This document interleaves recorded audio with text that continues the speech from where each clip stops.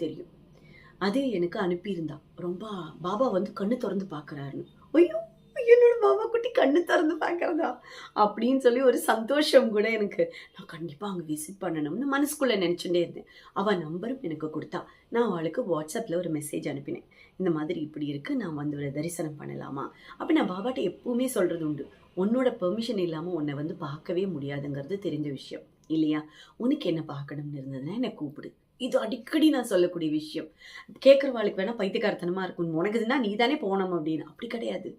அவரோட அனுமதி இல்லாம அவர பார்க்கறது சாத்தியமே இல்லாத விஷயம் அப்படிங்கிறது தான் என்னோட எண்ணம். நான் கூப்பிடட்டுமா? அவர் என்ன கூப்பிட்டுட்டார். நீங்க எப்ப வேணுமோ வரலாம்னு. எனக்கு பாபாவே வந்து சொன்ன மாரி இருந்தது. அடுத்த நாளே நான் கிளம்பிட்டேன்.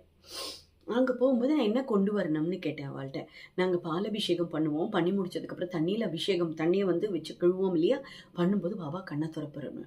அந்த காட்சியெல்லாம் பார்க்கணுமே இல்லையா?